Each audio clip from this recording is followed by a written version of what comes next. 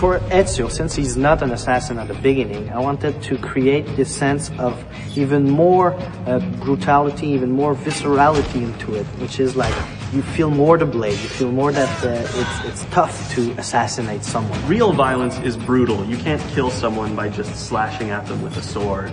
You know, when you kill someone, there's an effect. Your weapon reacts, you know, gets stuck in their bodies. You know, they react to being hit. This is really one of the core concepts of combat. We want to just push it to the point where every time people see a move, they're like...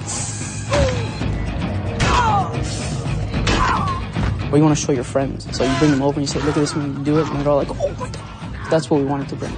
Another thing we wanted is to make fight better, but also make it so that fight wasn't the only tool in the game. So in AC2, there will always be an option for escaping. You have to play smart. You can't always fight every fight because you're going to lose. So you have to pick and choose your battles.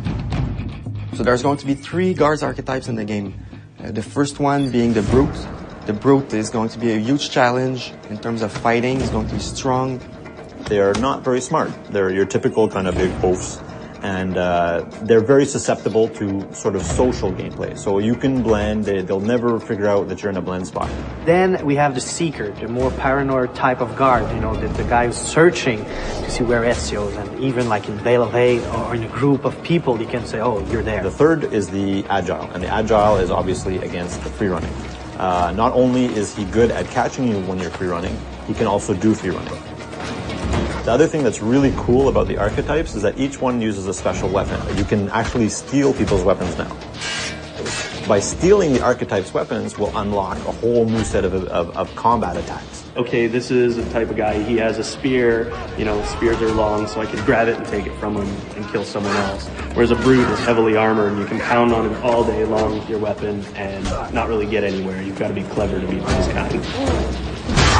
We made a technology that basically allows an AI to say, oh, okay, instead of just fleeing down a street, if I'm capable, why not flee up a building or flee up a ladder or flee across free running elements or boats or whatever? Instead of just having this sort of predictable path where you can see the guy taking off, now the player is going to have to adjust, and the AI will then counter-adjust to what the player is doing. In AC2, we have a bunch of new weapon types. We have maces, two-handed weapons, axes and swords.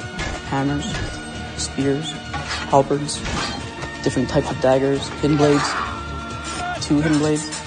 These allow for a lot of interesting variety to the combat. In AC1, the only thing you could do in fight with the hidden blades was counter kills. There was nothing else. But this time around, it counts as a full weapon. You're going to want to be more visceral. You're going to want to attack. You're going to want to kill.